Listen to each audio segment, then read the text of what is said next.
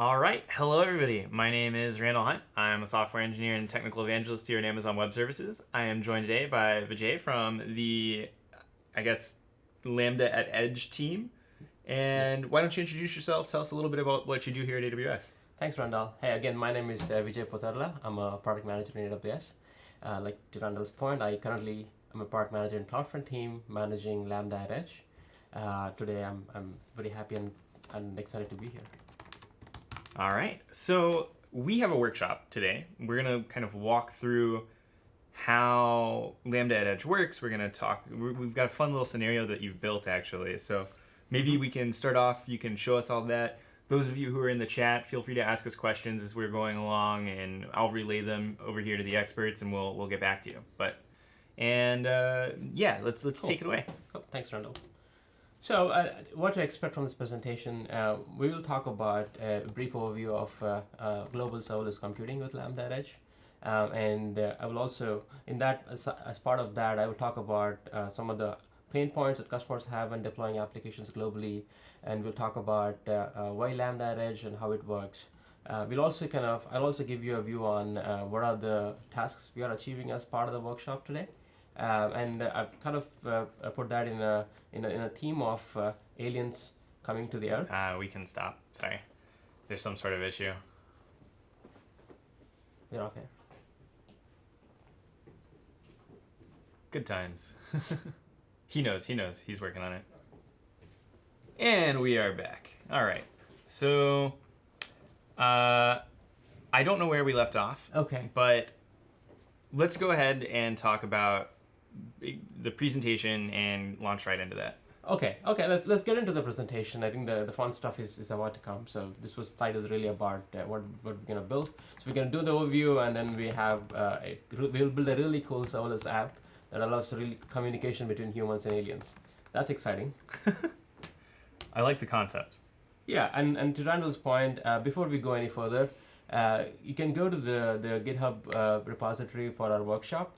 You can either follow through this link in the chat, or just type Google AWS Lambda Edge workshop and follow this magical yellow button, and you can start creating a Lambda stack there, CloudFormation stack there. So I'm going to quickly switch to the CloudFormation stack here. Go back to my repository. So I'm gonna. So this is the AWS console that we've opened. This is the. So I'm gonna take this. And this is over on GitHub. So we're opening up the workshop. I'm gonna go to the workshop instructions. So I'm in the first part of the lab here, which is really lab 0.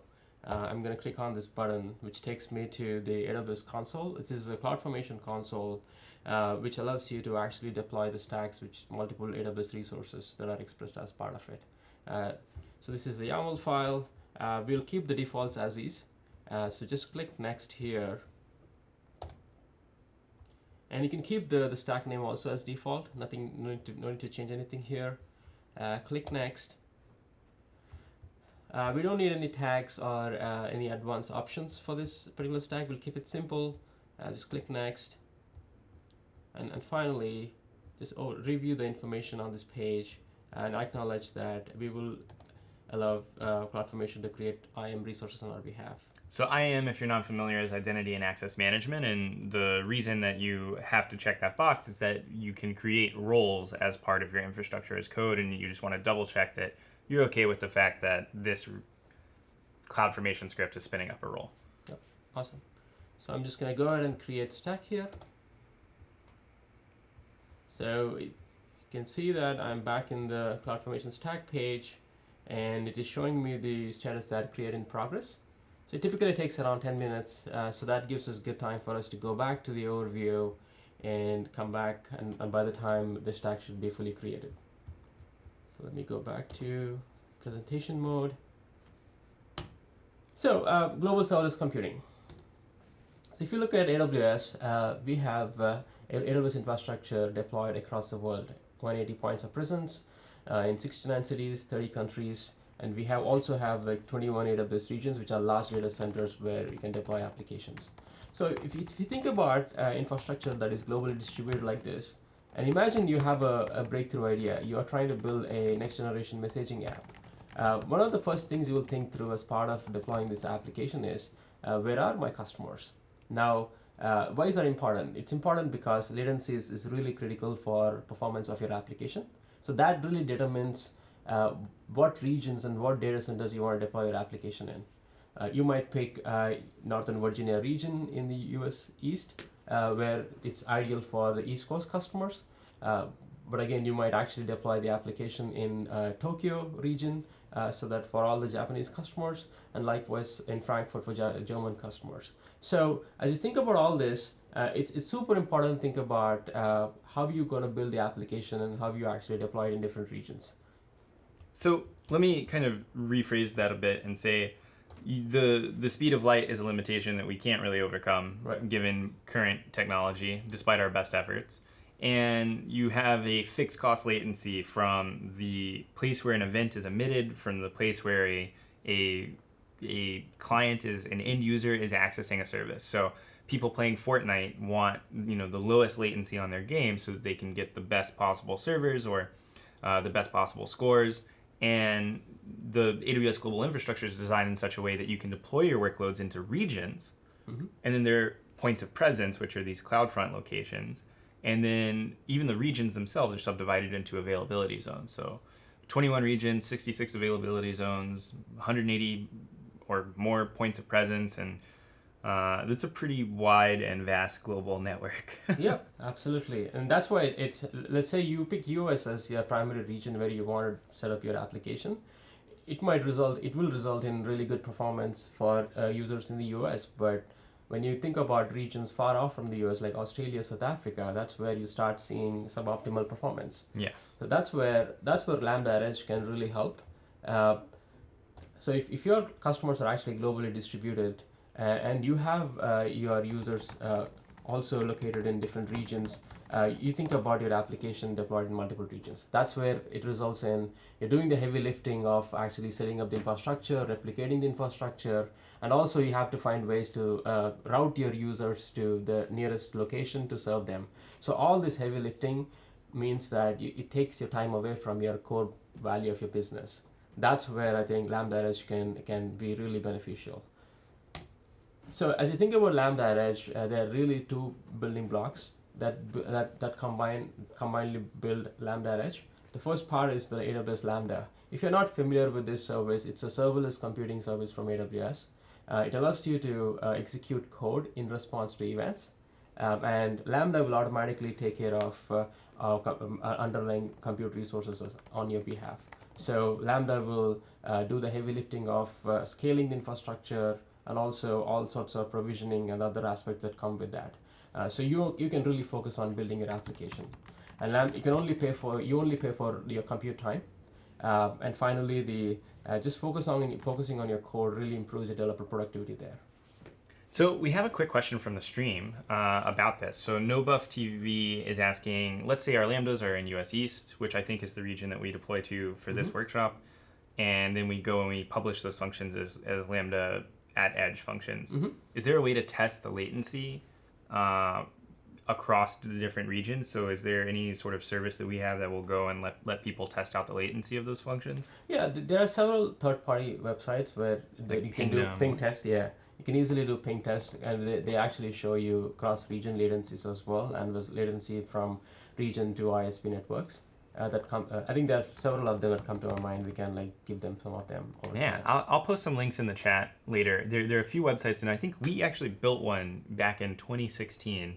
It's the same as the S3 transfer acceleration page that will show you what all the speed is. Yeah, for folks who are not familiar with S3 transfer acceleration, it's a service that allows you to upload your content at much faster speeds to the S3 bucket. So if you are in a region where the network is a bottleneck, S3 transfer acceleration really allows you to use our backbone network around the world and be able to upload the data to the S3 bucket as soon as possible. So going back to the presentation, we talked about AWS Lambda, which is a serverless computing. The second part of the puzzle is the CloudFront itself.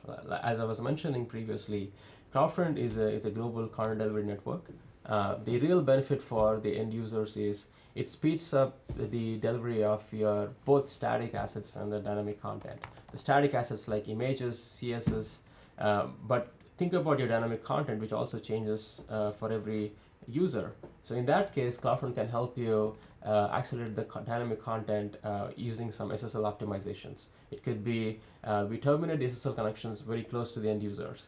And we also have persistent connections back to the origin, so that really avoids multiple round trip times.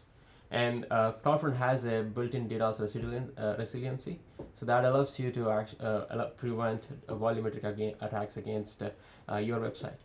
And all of these are really great capabilities, but what really is extraordinary about CloudFront is we give you the ability to actually program the content delivery as you think is appropriate for your applications. That's where Lambda Edge allows you to execute code in response to CloudFront events. Nice. So if I should put that in the map and the same picture I've shown you a few slides ago, you can what Lambda Edge allows you to do is you write your code once in Northern Virginia region, and Lambda Edge will take care of replicating that code in AWS locations around the world, and we will route the users to the nearest AWS location and execute the code on your behalf and serve the content to the end users. So all that heavy lifting is taken care. You focus on just writing the code once. So the benefits of that, sum it up. Again, all the benefits of Lambda: no servers to manage, continuous scaling, you don't pay for idle time, plus the global distribution of your code and functions so that we execute and provide high performance for your end users. And if you're an administrator in the company, that means no servers to manage for you. So there's one slide I want to talk about how Lambda Edge works. So the way to think about this slide is there are two main components of your request response processing. On one side, you have your clients using browsers, different type of devices to access the content. On the other side is your origin, where you actually deploy your application. In this case, it could be AWS regions. CloudFront sits in the middle between origins and user agents. So as we process the request and responses, there are 4 different events where you can execute a Lambda function. There are 2 events that are closer to the viewer. We call them viewer-facing events. And there are 2 events that are more closer to the origin. We call them origin-facing events. So if I quickly go through the request-response flow here, as soon as the request lands on CloudFront, you can execute a Lambda function on a hook that we call as viewer request event. And typically, it's important for use cases like you wanted to authorize viewers for content, paywall authentication, authorization, bot mitigations, things like that have to happen. Let me walk through the kind of flow here. HTTP request comes in, or even before that, client resolves DNS, gets some, CloudFront endpoint and CloudFront IP. That HTTP request from the client, from the user, comes in, hits the CloudFront or AWS location, and the Lambda gets this viewer request event. Mm-hmm.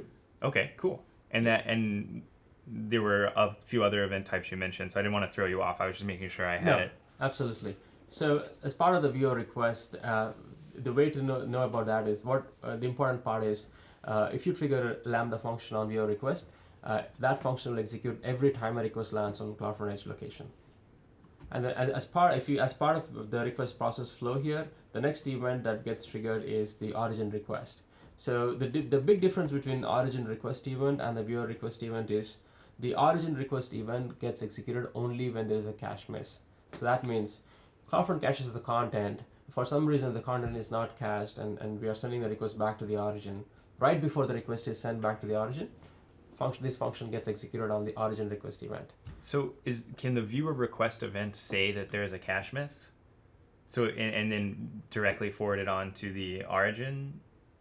Or no, if the viewer request event, if you have a function on viewer request event, we execute a function, and you can modify the cache keys. And after that, if you're modifying a cache key, let's say to improve cache hit ratio, mm-hmm. After the function is executed, the request is on its path again, hits the CloudFront cache, and if you're able to serve the content from cache, we will serve it from the cache and we'll send it back to the users. But if it's a cache miss, we go through the origin. Okay, origin cool. request. So it's really two different hooks. Okay, gotcha. Yeah. The different use cases is where how both of them are different. Origin request is primarily a leverage for, hey, you have your origin infrastructure deployed geographically. For example, we have a customer serving Winter Olympics, and they have audience both in EU and US. So they wanted to have their origin infrastructure deployed separately for the EU customers and separately set up for the US customers.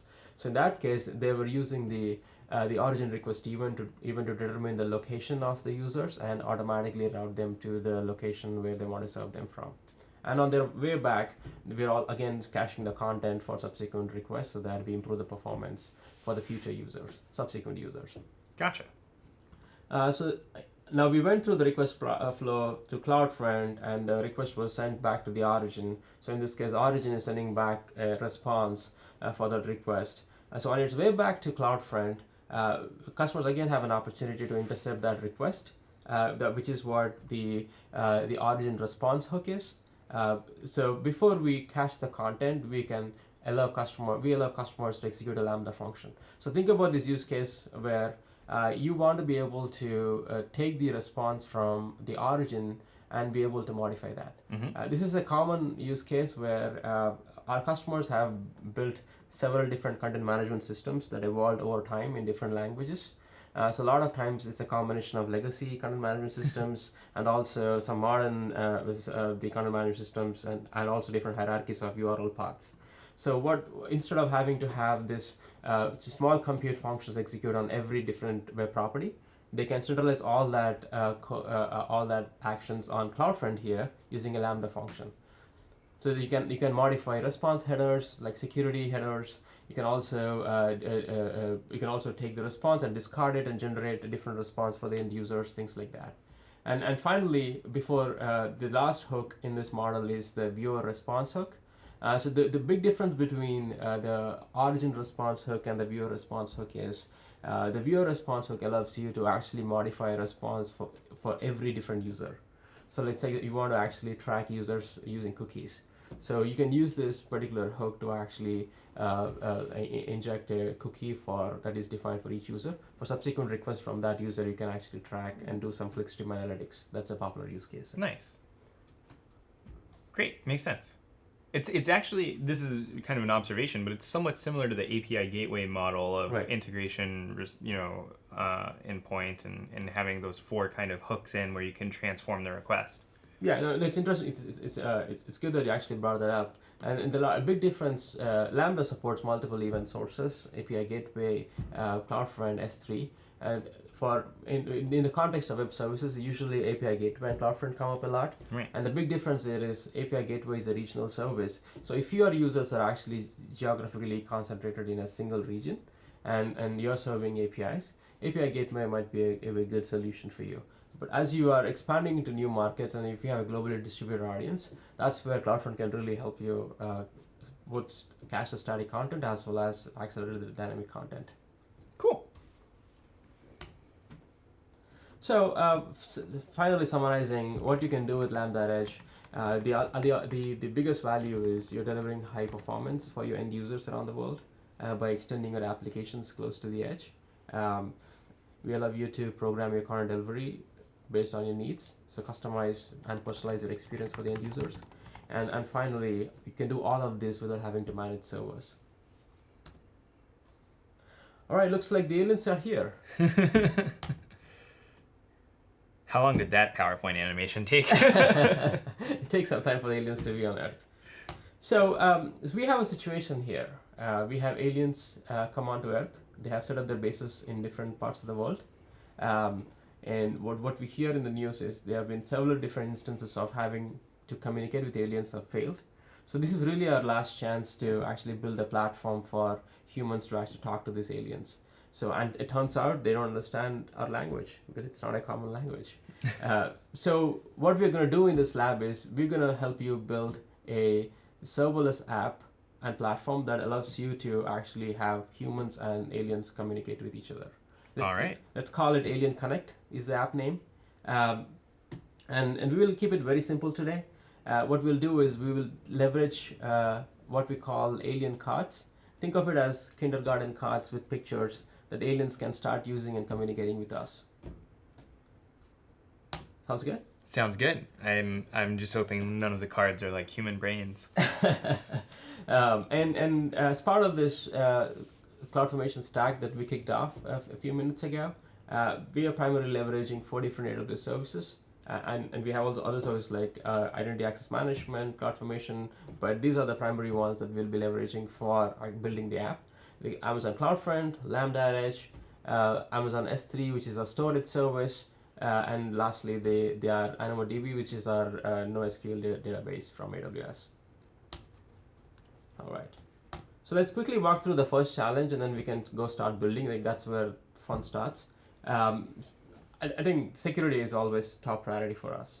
So before even we build the application, I think it's important for us to secure the communication between humans and aliens. So what we're going to do is on our serverless app, we will have all the HTTP requests redirect to HTTPS so that we always enforce HTTPS communication. We'll also add several security headers that allows us to prevent any cross scripting attacks on the website. So let's get started. I'm gonna follow along too, if you don't mind. Sure. So I'm already one step ahead of you. Awesome. So it looks like the stack is successfully created, and we have all the resources deployed here. Let me actually go down.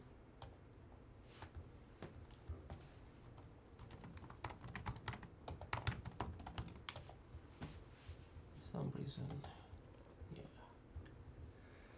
yeah. Pardon me. Had a bit of a sneeze there. We can close out the left-hand side too of the cloud here. Yeah. And that'll make it a little more visible on the screen. Yeah. For some reason, my dialog box here is not opening further. Not able to.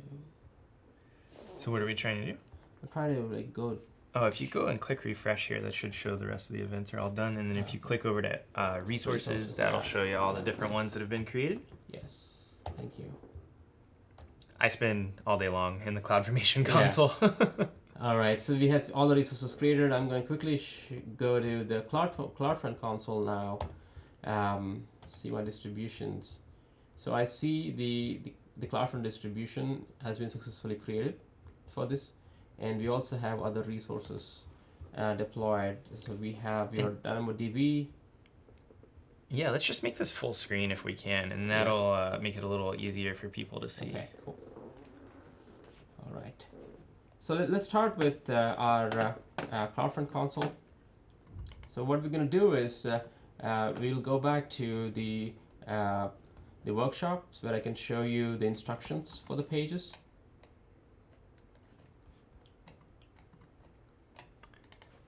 All right.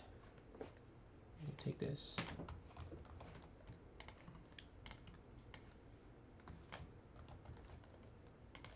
So the stream is down for a moment, so we're just gonna kind of pause and wonder idly. Right. So I'm in the workshop again. I'm going to the lab 1. Should I pause? We should pause. Okay. Yeah. Just for a little bit. Okay. Apparently we have some sort of networking error going on today. It's all good with Twitch. And if you can make the whole thing full screen, so if you can click over here, or no, not like that. Click over here. Can see it? Yeah, here, I can try it for a second.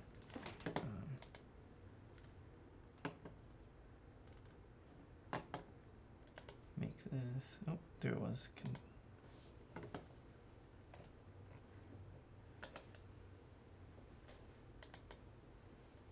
Just gonna try and, is there no like full screen option like F11 or,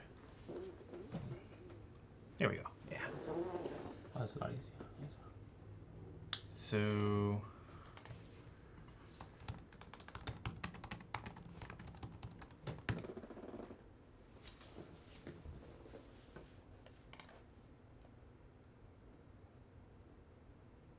bum bum bum bum bum bum bum bum bum bum bum bum. Oh, Oh, here we are. All right. Awesome. There we go. Yeah. So just to resume, I'm on the workshop. I'm on the Lab 1 security. So what we're gonna do as part of this is we're gonna redirect all requests to CloudFront HTTP to HTTPS, and also build a Lambda function that allows you to add response headers to the response that are generated by your origin. So we're gonna change the origin behavior, or sorry, we're gonna change the CloudFront behavior to redirect HTTP to HTTPS, and then we're gonna create a Lambda function that is gonna add some security headers. Yep. Sweet. Okay. And before we do that, let's quickly look at and scan our website for any security gaps that we have. Okay. So you can go to a website from Mozilla. It's called Mozilla Observatory. The link is also available on the workshop. So I'm gonna paste the domain name up there. So it's showing me, looks like the scan failed. The scan results show that there are a bunch of security headers that could be added to improve the security. For example, content security policy, which essentially enforces the HTTPS connections, which is again a straight transfer security. We also have X-frame options, typically that allows Don't allow iframes from other places and things like that. Same origin. Yep. So we see this. Let's go back to CloudFront now. Let's start. The first thing we will actually go change is redirecting HTTP to HTTPS. So I'm on the CloudFront console now. I'm in the distribution that's just created by the CloudFormation stack. I'm going to behaviors.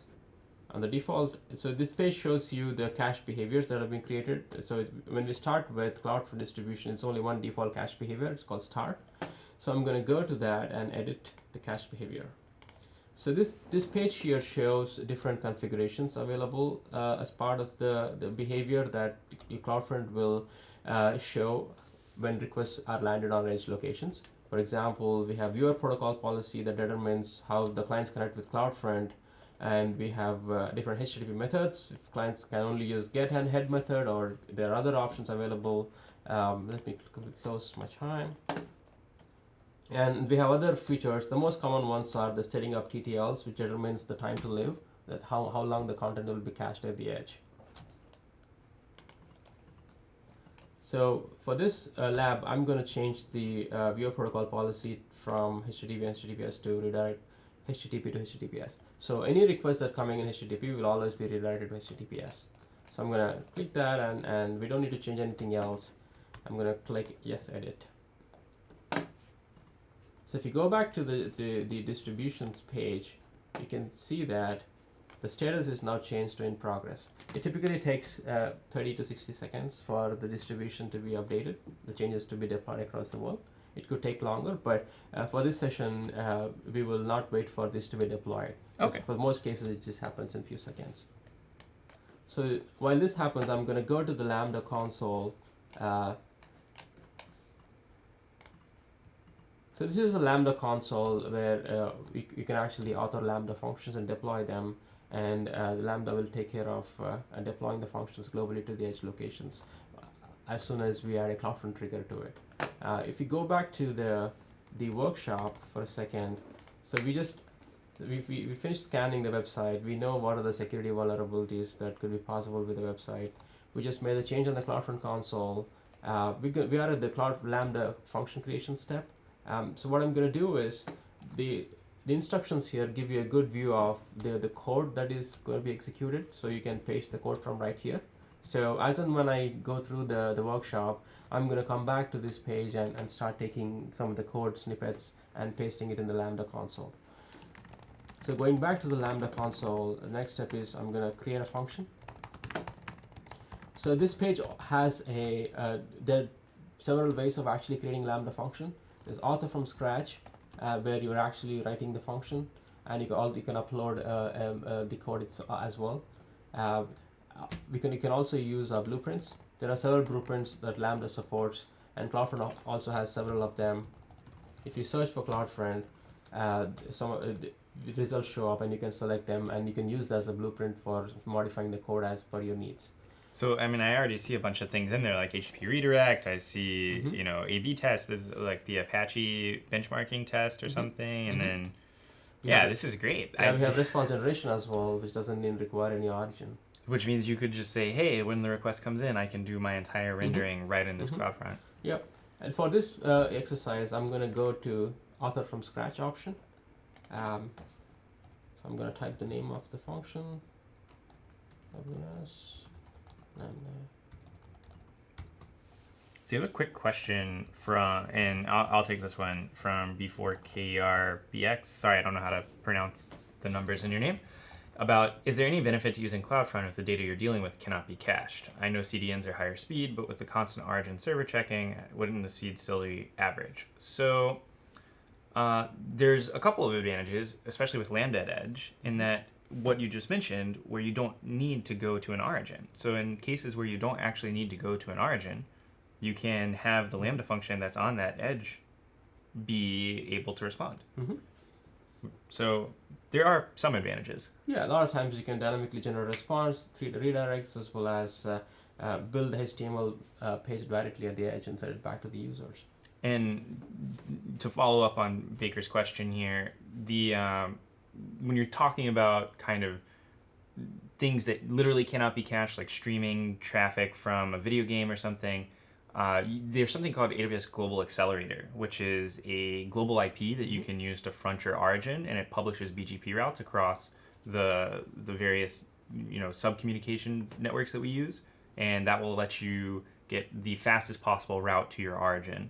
And people popularly put this in front of things like NLB or ALB or other kind of origins like that. So keep that in mind for your architect exam. Awesome.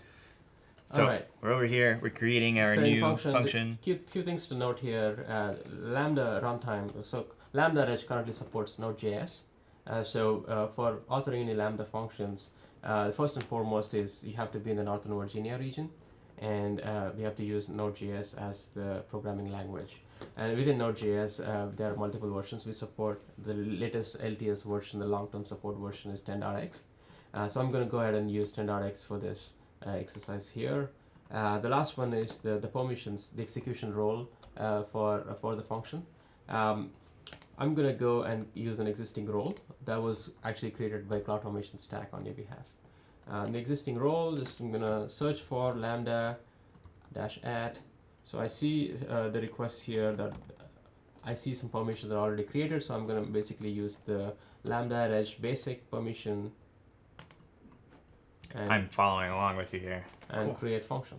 Do we need to set anything different on the timeout or the memory or anything like that? For this exercise, we can leave it to defaults. But that's a good point that Lambda Edge really allows you to configure your memory and other resources based on your needs. For simple use case like security headers, we don't need to actually increase the memory. Gotcha. For example, if you have an image optimization use case, which is a little more compute intensive, that's when you can optimize the execution and the performance by increasing the memory based on your needs. So can we step through the code a little bit? Yes. I guess that would require us to copy it over from the GitHub repo. Yes. So we just created a function.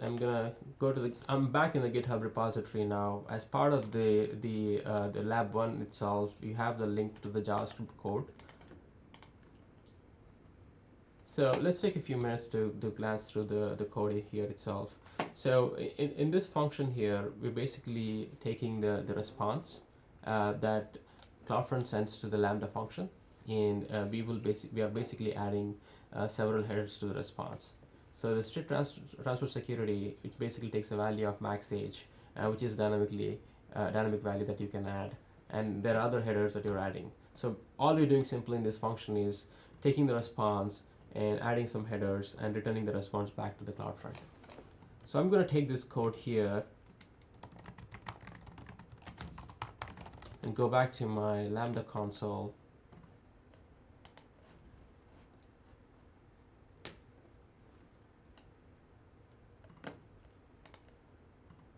Sometimes it takes time for the index. You may have to shift refresh that one, because I think this is using the Cloud9 IDE. Yeah, if you just press Shift refresh on the whole console. Or just here, press Shift, hold Shift, and then there we go. That should bring it up.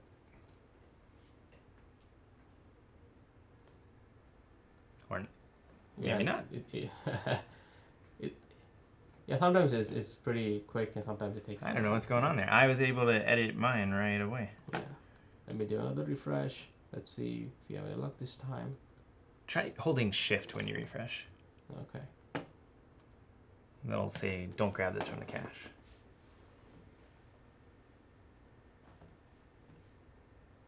All right. And then if you click over to the index.js file manually, nope, nothing. Weird. It opened just fine on mine. Yeah, let me. While this happens, while the code takes time, we can jump to the next step, because for every function, it's always recommended to actually test the function before we deploy it to the CloudFront trigger. It helps you to verify any execution errors with the function, whether it is the errors in the syntax itself or any semantic errors that you see. So if you go back to the Lambda console, there is a section at the top where you can actually configure a test event. What you can do is you can configure test events, and Lambda actually automatically supports some default templates for you to use as test events. So it is defaulted to hello world template, but there are several other templates that are supported that could be used as a starting point. So if we search for CloudFront here, there are several templates that come as part of the results. Let you mock out these events. Yeah. Basically, these are JSON objects that could be consumed by Lambda Function, and use this as part of the input event object as executed by the Lambda Function itself. So I'm using for this purposes, I'm using modify response header, because essentially what we're doing is we're taking the response from the origin and we are modifying the response by adding some additional security headers. So I'm gonna use this test event security headers. So it needs a name for that event. The good thing is Lambda supports up to 10 test events that are available between sessions, so you can always come back and execute more test events and test them. So let's see. Looks like my index.js is still executing here. You might have to open this in a different browser.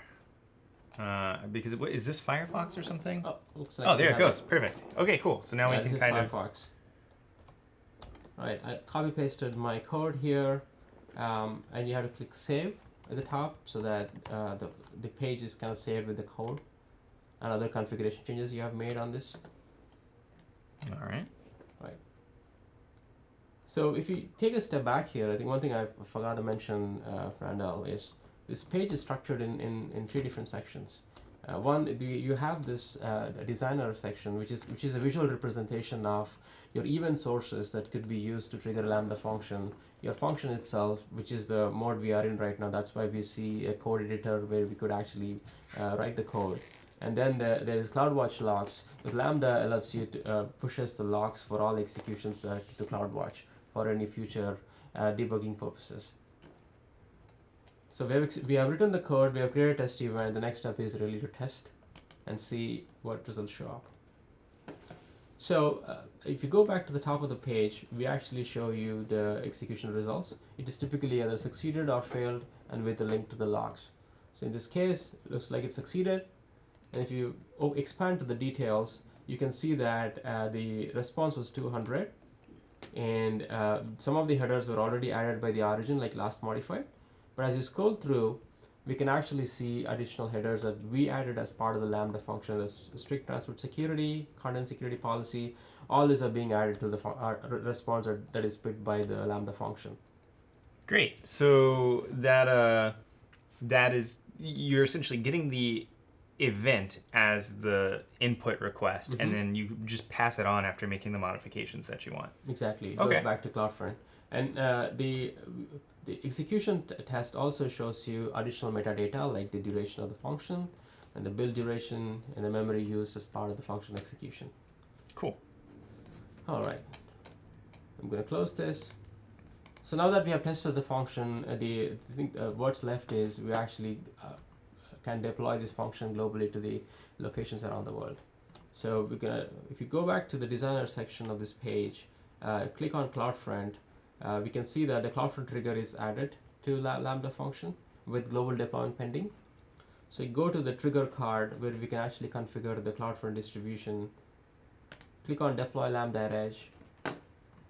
So this page shows you the different settings that you need to configure for deploying the function to CloudFront. So the distribution, so we have created the distribution. So for this exercise, I'm going to use the distribution that just got created by CloudFormation. I have the other one which I use for backup purposes.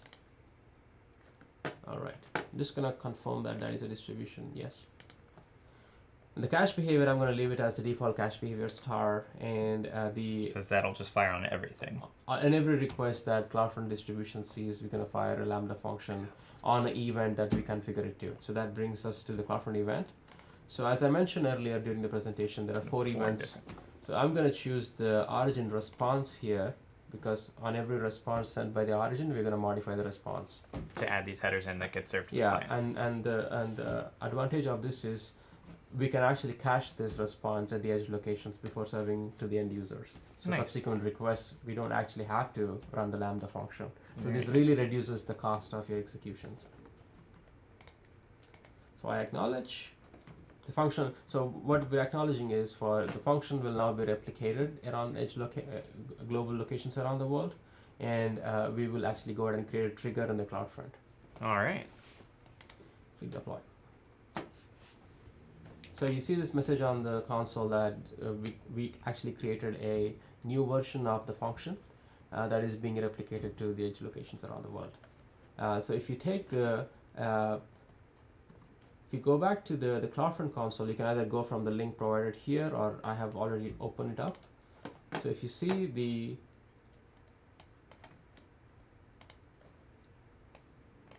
my distribution status is now back to in progress. So we're actually deploying the trigger and replicating the function. Again, it usually takes 30 to 60 seconds. Sometimes it takes longer, but we don't need to wait for it to be fully deployed. So what I'm going to do is I am going to go to the configuration page of my distribution, take the domain name. So if you look at this page, you typically have the distribution ID and also domain name. If there is any default CloudFront certificate that is configured for HTTPS traffic, and also security policy that was being used for serving the content.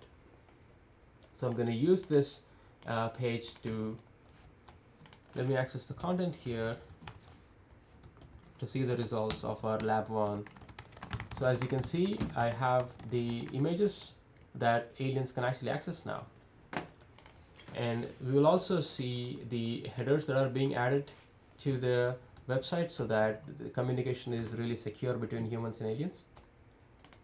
Oh, oops. The wrong window, developer. I'm on the Firefox here, so I'm going to developer and network. This allows you to, so it might refresh the page again. And we can see all these headers that we're adding in. All these headers we're adding. Go back to the headers section here. So if you go to the response headers, we can see, looks like this is a. So look, I think this is because when we access the website, it is now cached. So we have to go back to CloudFront create console, an invalidation. do an invalidation. So I'm going to interject here and say, when we were talking about the different URLs and things, one of the really cool things that you can do within Route 53 is actually buy and provision a domain name. And then using something called Amazon ACM, Amazon Certificate Manager, you can go and provision a certificate for that domain for free that you can then attach onto CloudFront. And then any client that supports SNI, which is virtually every single browser in the world at this point, with the exception of like Nokia browser 4.1 from like 1995, it supports SNI, and then you can make these requests across your custom domain. So instead of having this cloudfront.net, you could have twitch.tv, or you could have randall.com or something like that. Right. And I actually run all of my personal websites through CloudFront using that technique. Awesome. And then when you talk about doing the invalidations, one of the things that people will often do is they'll have these code pipeline projects, and they will deploy changes to an S3 bucket and upload the new version of their sites. This is really common for static websites, things like Jekyll or Hugo. And one of the build steps that you often have to do is also invalidate the cache for the new things that you've uploaded.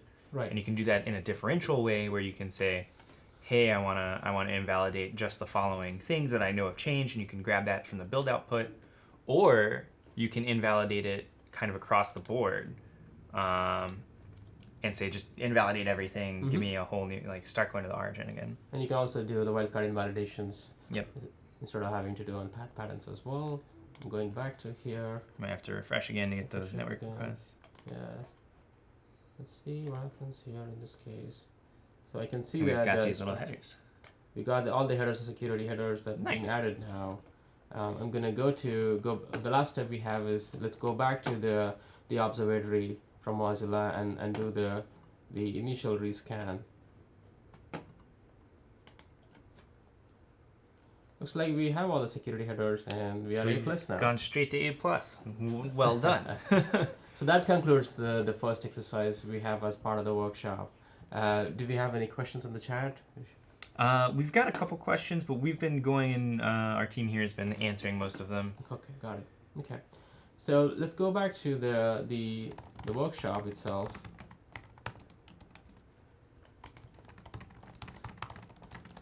I'm going to quickly jump to the presentation. All right. All right. So this is number 2. This is number 2. So far we have built a website and added security to it. So we have secured the communication. But I don't think the aliens would be impressed with static images and raw. Basically, we're not allowing aliens to actually interact with those images. We don't even have any CSS. Yes, exactly. So what we're gonna do next is we're gonna add some dynamic content to these images. So we will have 2 parts of this exercise. One, for the alien cards or the images, we're gonna add some information dynamically pulled from our DynamoDB table in the AWS Regions. Oh, cool. So which will be a description for those images as well as the number of likes. So why wouldn't aliens want to actually like those images they like? So we can have a Lambda Edge function go and talk to things that are in our AWS region. Absolutely. So it could talk to DynamoDB. It could even use the RDS Aurora serverless API and talk to SQL Server. So it can really be, a full-featured backend. Absolutely. In fact, AWS Lambda Reg allows you to make a network call to any service over the internet using HTTP. So that allows you to actually talk to your own custom servers. You could talk to S3. You could talk to other AWS services and get the information to use it to actually generate a response back to the end users. Nice. All right, I'm going to try and follow along here and keep up with chat and everything too. Let us know if you have any questions, folks. So let's go back to the exercise here itself.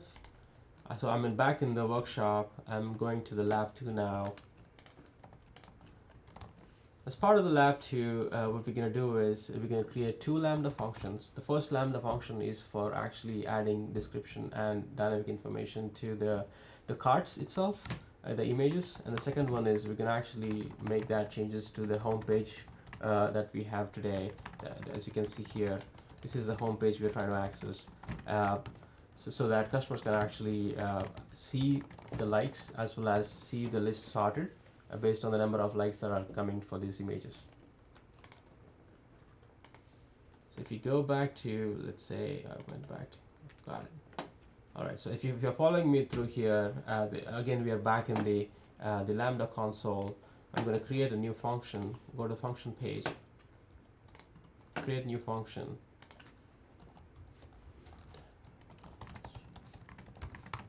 I'm going to name it as generate card. Alright, I'll follow along too. So we're going to create that first function, the WS Lambda at edge generate card page. And are you using Node 10 again? Node 10. Node 10, we'll use that existing role. Yeah, the difference from the last function to this is we're going to change the role that we use. So if you search for lambda-at So in this case, I'm going to use the permission, the IAM role, which is read only. Read only. Okay. Because we're going to access information from DynamoDB, we want to give functions the read only permissions to go access AWS DynamoDB resources. So create function. So while that is processing, I'm going to go back to the repository and actually go. So this has the JavaScript code with code required for generating the cards dynamically. So if you look through the code here. Yeah, I mean, if we have time, I'd love to step through it. It's kind of interesting. Yeah, so if you look through the code here, we basically are leveraging a DynamoDB table. And this document client, for those of you who have never used it before, this is probably the only episode of any Twitch show that we've ever done where I will willingly talk about JavaScript, because I think this is super cool. Many of you may have seen me before, or would be familiar with my views on JavaScript. The document client actually makes working with DynamoDB items a little bit easier. And then I see we have this DynamoDB table name, and so we're going to add that in to like whatever table got created by CloudFormation. Yeah, essentially now we are moving to a model where we're not going to have any origin required for the CloudFront. Nice. We will leverage S3 for storing the images as well as the HTML template, and which we'll pull using a HTTP call. And then we're going to make a call to DynamoDB table and pull the image information or the information for the alien card that we're going to stitch together and generate a response back to the end users. So and another way of doing this, as opposed to kind of keeping it in a variable, would have been to load it from an environment variable or to bring it in from parameter store or something like that. But I mean, this is fine too, because it's just... There are various ways of going about it. Lambda Edge do not support non-variables today. But that's okay. So that makes sense. Yeah. So this function is basically structured in, we are defining the template card, which is part of the S3 bucket itself. And then we are defining the DynamoDB table, and we are actually generating a response by accessing both S3 bucket and the DynamoDB table. So if the request URL matches this regular expression, then we know we want that card, which is going to correspond to that ID in the database. And then that ID in the database is also going to have an item that shows us that'll be the S3 URL as well. So the card ID and the S3 URL are the same essentially. It's just one has JPEG or something on the end. Yes. Okay. So it looks like my index.js, I'm having the same issues. Trying to refresh this page. That is strange. Yeah. That issue doesn't happen for me in my browser. Yeah, I probably had to switch to a different browser. So this just to basically go back to where we are in terms of steps so that you can follow me through. We are at the step where we are creating Lambda function, which actually generates a new card without actually accessing an origin. I'm trying to paste that code into my Lambda function. I'm going to try one more time. I have a backup function that's already built, so I'm going to show that if this doesn't work out. Oh, cool. Sweet. So I have the code pasted here. I'm clicking save. As I mentioned earlier, every time we write a function or update a function, it's always recommended to test that function right on the console itself so that we can catch any errors with the function execution itself here. So I'm going to go back to my GitHub. We also given you a test event object that you can leverage. Nice. So again, it's basically a JSON object that can be consumed by Lambda function, and we will modify the JSON object as we have written the code and spit the response out back to the console. You're being very responsible testing all of this. That is much more than what I do normally. All right, so we have pasted the code here. I'm going to just name it test event generate card. I'm gonna, as part of the test event, let's actually modify the distribution name here to what the actual CloudFront distribution we're working with. So if I go back to the distribution, so I'm working with this. I'm going to take the domain name from the page here. go back to the Lambda function and update my distribution domain name in the test event. Okay. So the reason we do that is because this function is actually making a HTTP call. So we're gonna, even as part of this test, the function will make a call to the CloudFront distribution and access the S3 bucket and get the object from there. We didn't have to do that the last time because we're just adding the response headers to the response that's already been consumed by Lambda function. So we generate a test event. This is a time, and the one last thing we need to do is, as part of the function itself, there is a place in the function where we actually have to update the database table name. Let's go back to my CloudFormation. So if you just type Dynamo in the top here where the resources, oh yeah, you found it. Yeah, I found it. I'm gonna copy, I'm gonna save it. So let's go ahead and test the function now. Succeeded. Nice. 200. So look for the status code 200. That tells you that the function execution is successful, and we've been able to do the HTTP call to S3 as well as DynamoDB. And if you scroll through the function test event response, so we see a HTML template as part of the body, so that we know that it's we are able to generate a response directly in the function here. Very cool. All right, so now the test is done. The last part is actually adding the trigger. So I'm going to CloudFront trigger now. Same steps as before. Same steps as before, so I'm gonna skip through it. And then So as part of the deploy, I'm gonna select my function, my distribution, sorry.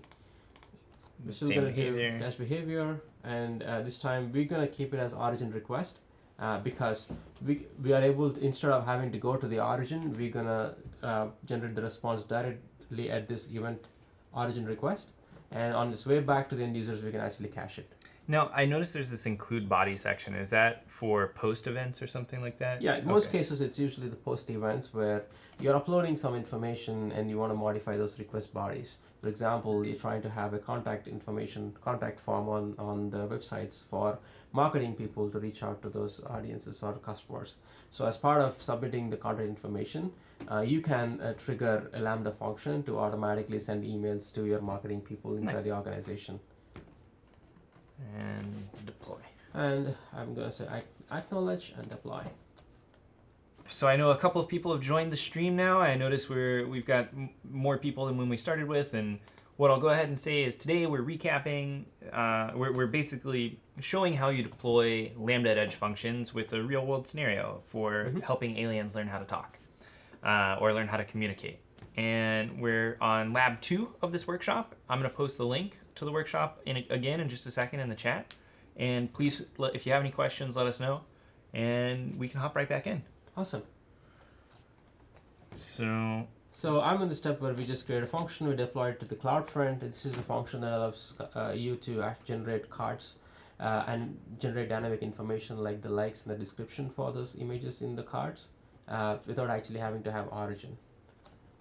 So we deployed it. Let's go to the CloudFront console and let's take the domain name here and do this again.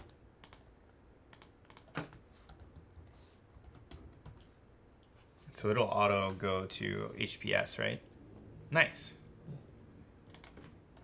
Awesome. So if I go to one of the images here, so we might have to invalidate again. You might have to invalidate. Actually, if I go to this page directly, so because we added the dynamic information to each card, let's actually try going to the card directly. The individual card. Okay.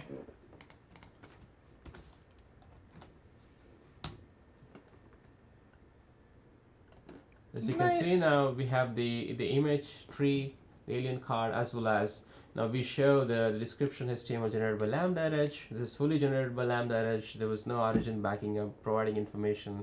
HTML page is fully constructed in the function itself, and we actually show this information as 0 likes pulled from DynamoDB table. And you can go back to homepage from here, where we actually show images.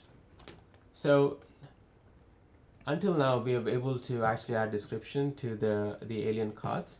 Let's actually bring that functionality to the home page itself. All right. So for that, we go back to the lab. We continue where we left off. So what I'm going to do is create an index.html page as part of my CloudFront distribution, which will serve the home page now. And again, for this home page, we will not be actually going back to the origin, but we will dynamically make HTTP calls and generate the content and serve it back to the end users. So if you go to the CloudFront console, I'm going to jump back to my distribution and behaviors and create a new behavior. The path pattern basically defines the URL inside the distribution that you would like to see the behavior for. So for this, I'm going to do index.html. For this index.html also, I'm going to enforce HTTPS, so redirect HTTP to HTTPS. And because we are dynamically generating this page, let's actually customize the caching. Okay. Let's keep it to 5 seconds and 5 seconds, the max TTL. So the big advantage of actually having to cache even the dynamic content is it doesn't change as often as every second. So even caching for a few seconds would be super beneficial. We can reduce the number of requests that go back to your origin in that case. Significant reduction in load. Yep. So we don't need to make any other changes. So let's go ahead and create. All right. So as part of this, we have added a new cache behavior. Now let's jump onto the Lambda console and create a new Lambda function. This will be a function to actually generate the page for the home page that we are going to use as part of the distribution. So create function AWS generate home.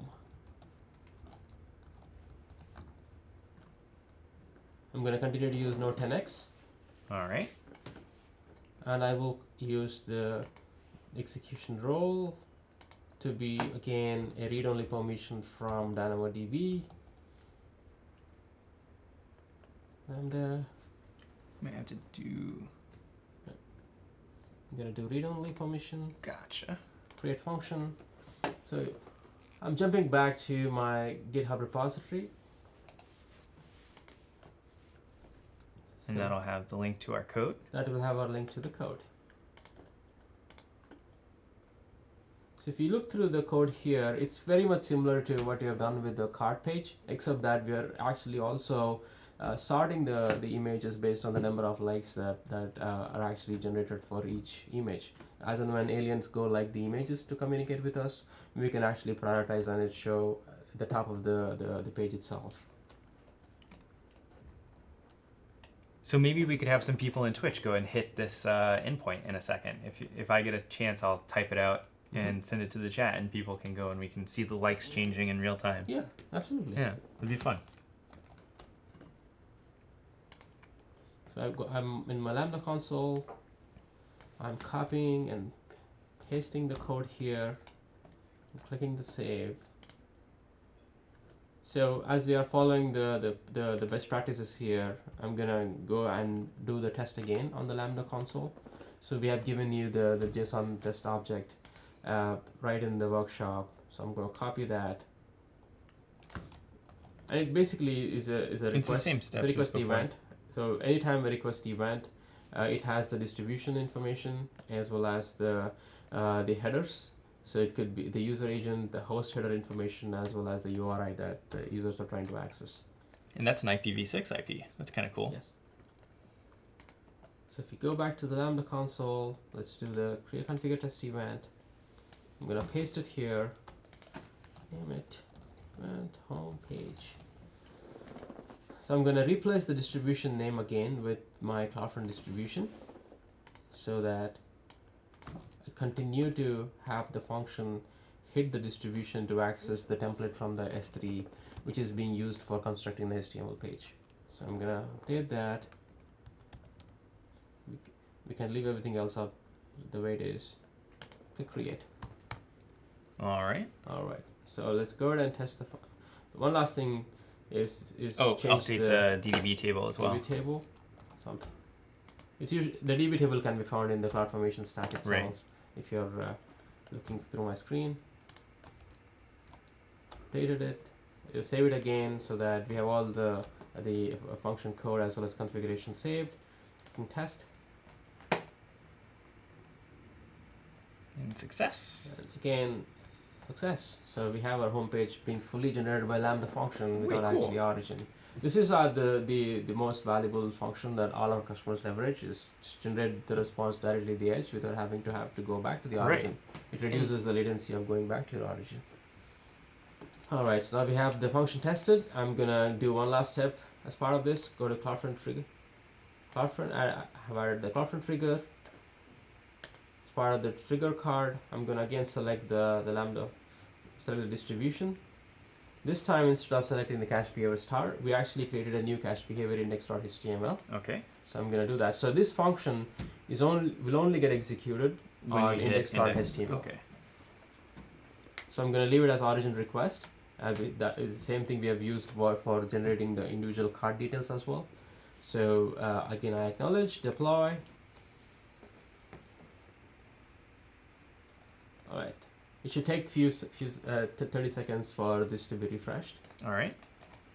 In the meanwhile, any questions we could answer? Yeah, let's see if we have any questions from the stream.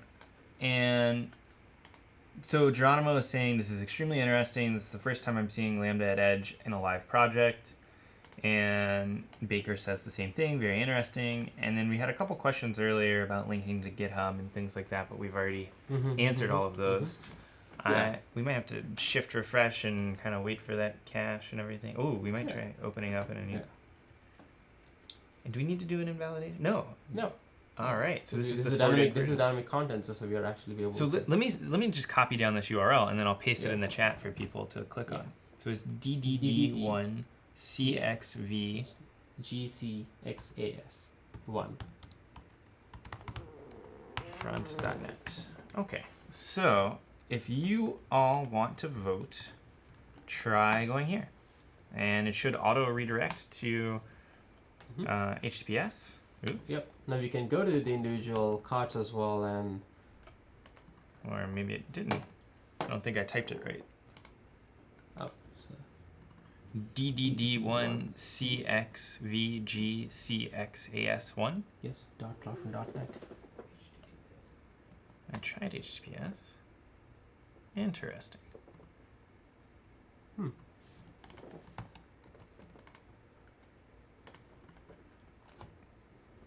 It looks like it's the domain parking business or something. Interesting. Very strange. But that could be on my end. Maybe people in Twitch are seeing something different. All right, let's keep going. Yeah, we'll keep going. Yeah, so now we have our home page. If I hover on the images, I can see the description of the images and a number of likes are being added to that. We haven't yet added the API that allows you to actually like the images. So we should actually wait for that to happen before everyone on Twitch Oh, can right. like Oh, so that gives you some time to figure out what's going on there. So now we are at a point where let's go back to quick presentation of our presentation. We were able to generate the home page as well as alien cards dynamically without having to have the origin. Now we see that aliens actually love the images, and we want to give them a way to actually express the ability to like the images. So that's where we're gonna go to the next lab, which is called Simple API. What we're gonna do here is we will make the website more interactive for the aliens by giving them a way to like the cards they enjoy. All right. And given that we have only a little bit of time left, we'll see if we can't hop through this one relatively quickly. Sure. I will go back to the Lambda console here. So let me actually quickly jump to the lab so that I can show you where I'm going. The Simple API. So what we're gonna do here is we have to create a CloudFront new cache behavior API/like, for which we'll actually use a post method for viewers to submit their likes. So I'm gonna go to the CloudFront console here and go to the behaviors, create a new behavior. All right. I'm gonna call API/like. I'm gonna do the redirect from HTTP to HTTPS, and in this case, I'm also gonna change my methods to all of them, so that because it's primarily going to be post requests.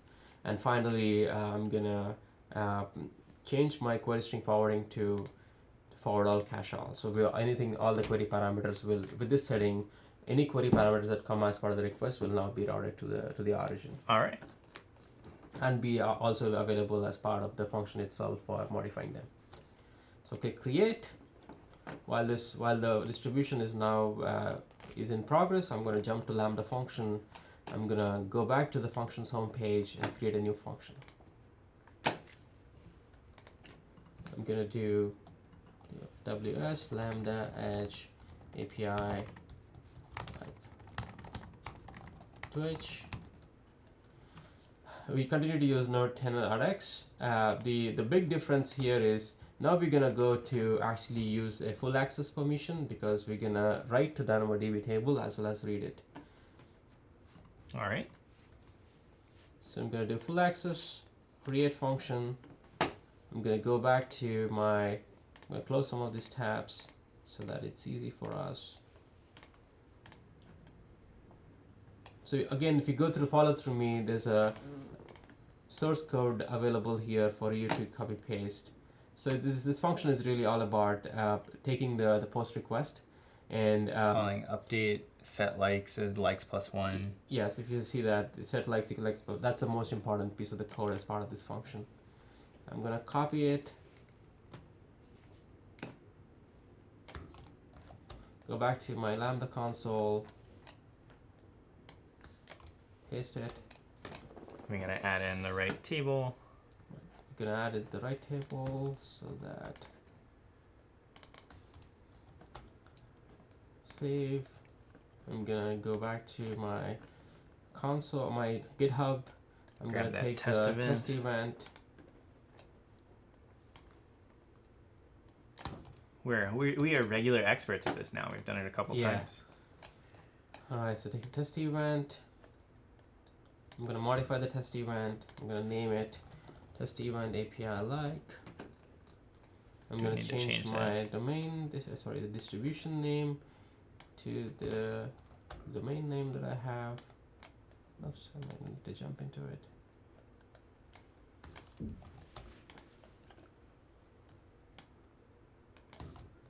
And we have DDoS protection by default, right?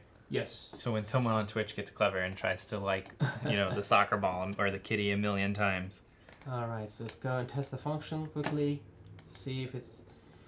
So we have 200 response. We're able to push the update to the DynamoDB table.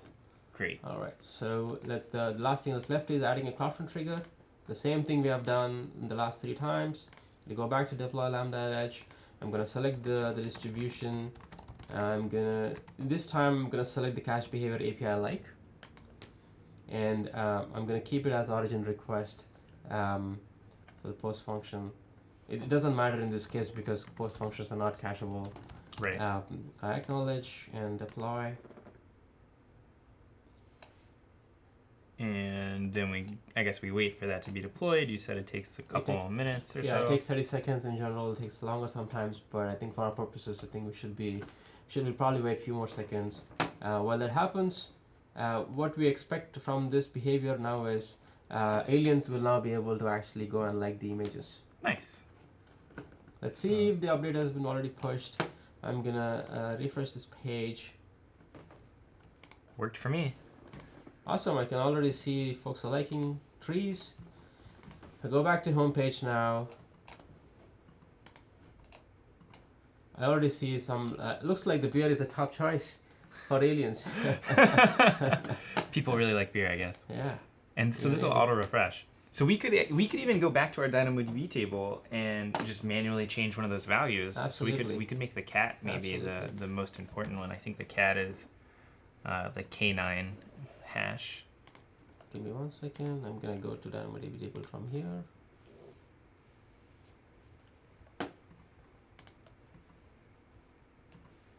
So the cat is number 13 likes now on the cat. So this is my DynamoDB table. I'm accessing through the console. Just for the fans of different Twitch jokes, could we put the cat over 9,000 and say 9,001? So it's over 9,000. And we want could, me- yeah, I want me think to we could update the edit line? it, Yes, and then yes. if we refresh it, it'll have the 9,000 Yeah. likes, right? Yeah.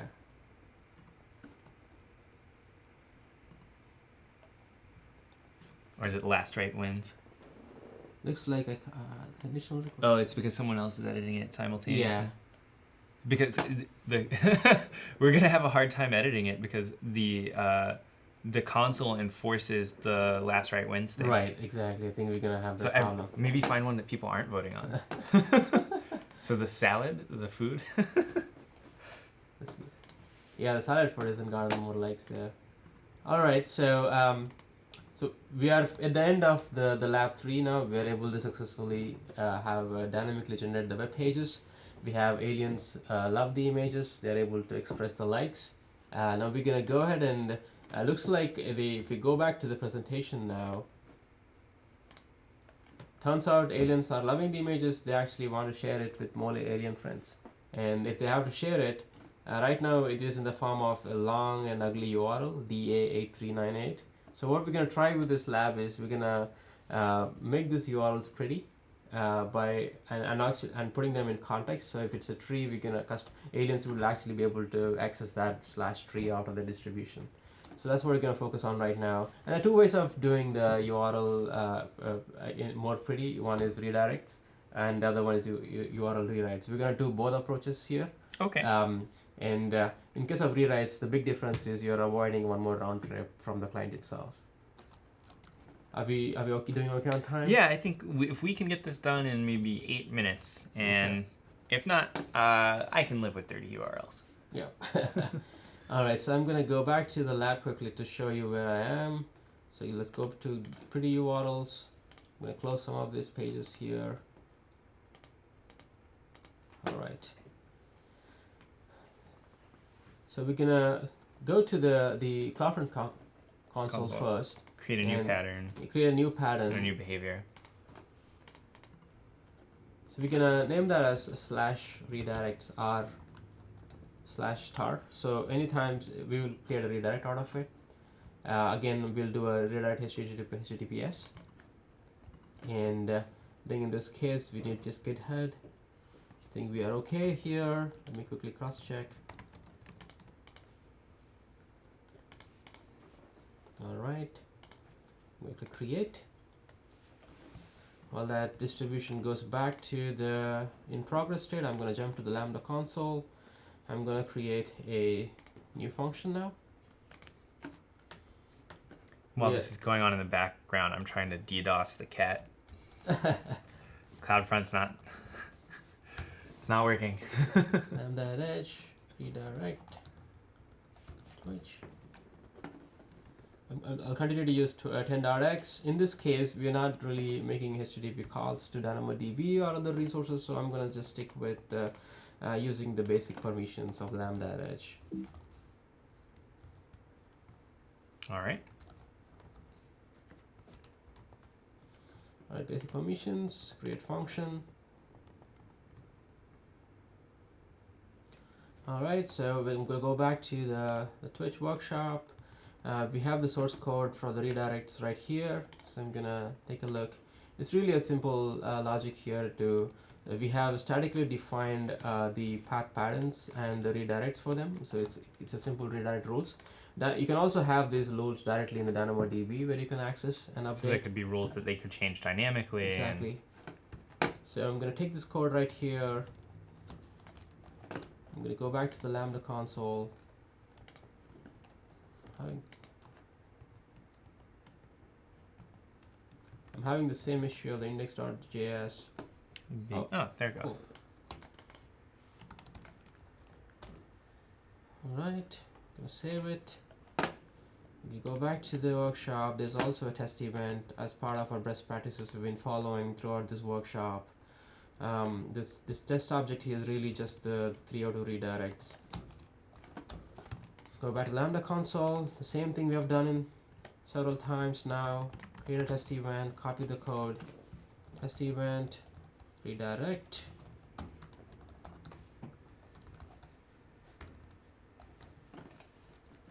Create.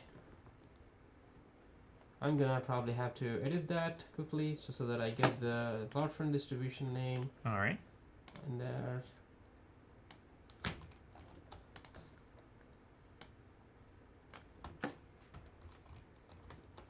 All right, got it. So we have the test event object now. I'm gonna go ahead and test it.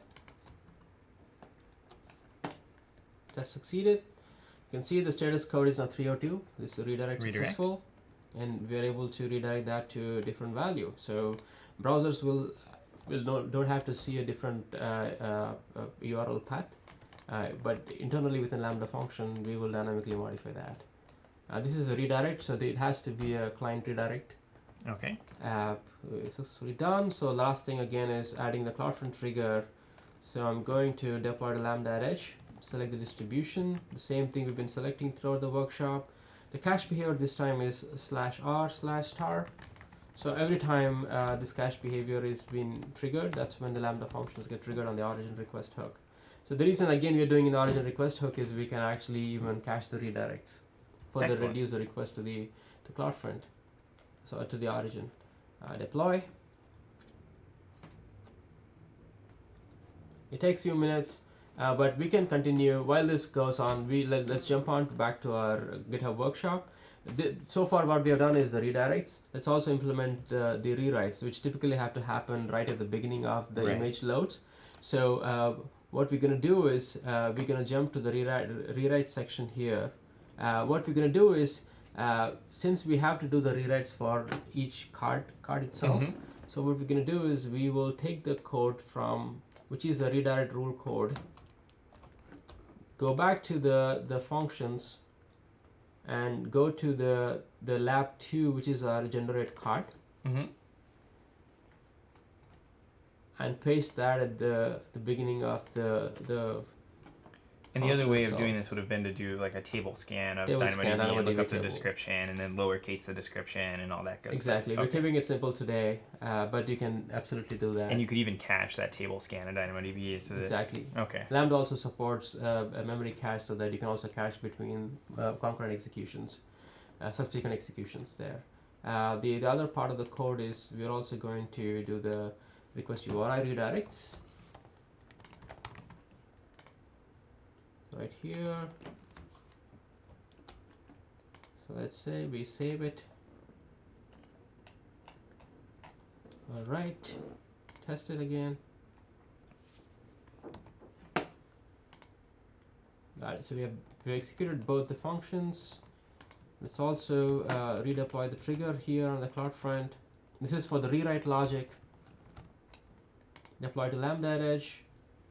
And in this case, you can actually use the existing trigger on this function because we are actually we went back and modified the generate page. Okay. So the benefit of this is the trigger that you have added can be leveraged without having to remember what trigger and cache behavior. That's one of the convenience aspects of using Lambda functions and the console. Deploy version 2. So we have executed the lab 4. Let's quickly test the results. The first part of the results I want to show is the redirects. So if I jump back up to the redirects here,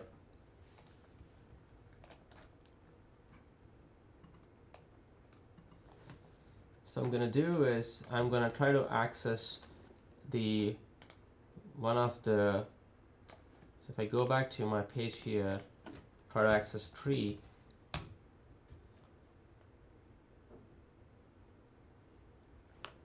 Oh, so what happened was we also enabled rewrite logic there. Right. So rewrite logic comes right on the card page, so we are overriding that with the redirect logic we put. Okay. So perfect. in Yeah, this so that case, makes sense. Yeah, in this case, the Lambda Edge internally is actually doing a rewrite to the actual card / the name of the card itself. So the browser doesn't actually see any change in the URL. So the aliens can now just take it and contextualize it and provide it to the other alien friends as they like it. So it's pretty cool, right? Can we check out where cat is now?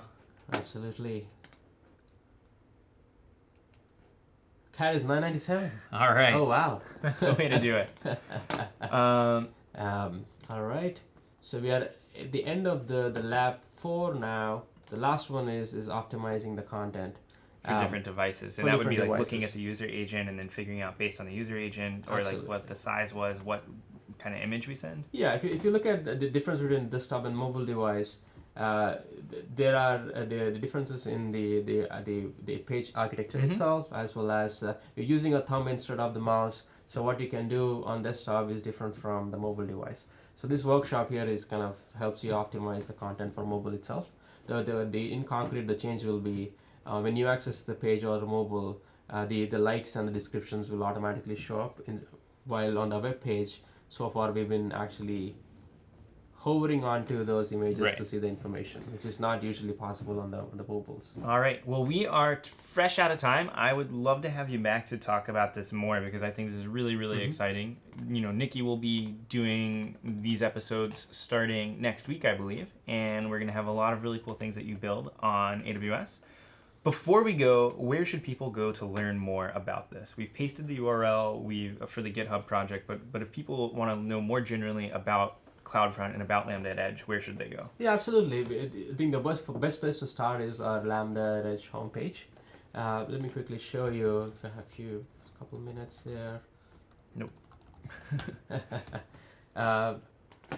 So on this page, we actually talk about all the different use cases possible with Lambda Edge. So and we also have a lot of blog posts on our network content delivery channel. So that's a great place for get started and learn about use cases and actually go build them. All right. Thanks for coming. Thank I really you so much. Appreciate it. Thank you. We'll again. see you next time.